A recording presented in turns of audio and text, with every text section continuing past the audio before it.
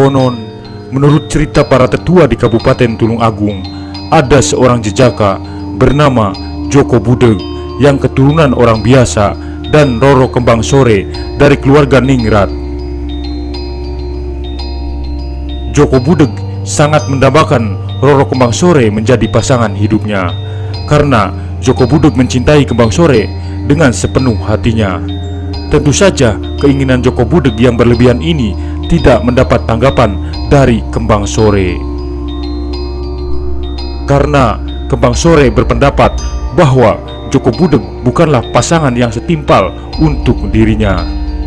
Sebagai lelaki, Joko Budeg tidak pernah surut keinginannya untuk mempersunting wanita idamannya. Berbagai cara sudah dilakukan agar keinginannya bisa terwujud.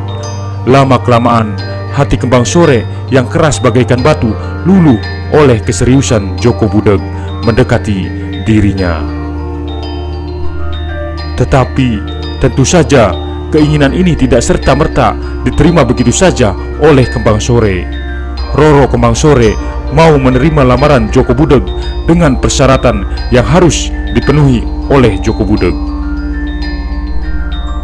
Kembang Sore mau dipersunting oleh Joko Budeg asalkan Joko Budeg mau bertapa 40 hari 40 malam di sebuah bukit, beralaskan batu dan memakai tutup kepala cikrak, alat untuk membuang sampah di Tulung Agung, sambil menghadap ke lautan kidul.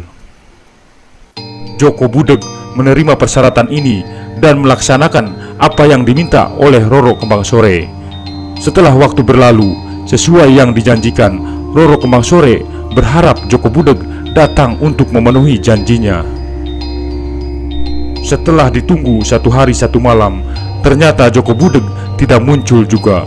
Kembang Sore mulai cemas karena sebenarnya di hati Kembang Sore juga tumbuh rasa cinta kepada Joko Budeg. Seketika itu juga Kembang Sore mendatangi bukit yang digunakan untuk bertapa Joko Budeg. Sesampainya di sana, masih nampak Joko Budeg dengan khusyunya bertapa. Kasihan melihat keadaan itu, Kembang Sore membangunkan Joko Budeg dari bertapanya.